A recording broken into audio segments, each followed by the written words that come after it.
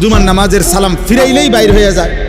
পরের 4 রাকাত নামাজ যে সুন্নাত, এই পরের 4 রাকাত সুন্নাত নামাজ উনি বুঝছে যে হুজুর যেহেতু বেকুব এবং সামনের কাতারের লোকগুলা যেহেতু বোকা আহাম্মকগুলা, এই জন্য এরা 4 রাকাত পড়ে। সালাক মিয়া বাইরে চলে যায়। আচ্ছা আমনে সালাকি নিয়ে আমনে যান, আল্লাহ ভরসা। গিয়া বাতে তো খান, আমরা বাতে খাই। জুমার পরে কোনো আমরা চিরা খাই না, এটা মনে, আমরা কোনো বন খাই না, আমরা বাতে খাই। আল্লাহর রহমতে আশা করি আমনেতে ভালোই খাই। হ্যাঁ না, ওনারে শয়তানে কামড়ায়, ইবলিসে ওনারে কামড়ায়, ওনারে কিরমিয়ে কামড়ায়, উনি সাথে সাথে বাইরে হয়ে যায়। বোকা মানুষ বেটা, কি বুঝাইতে চাইছেন? ইমাম সাহেব বেওকুফ।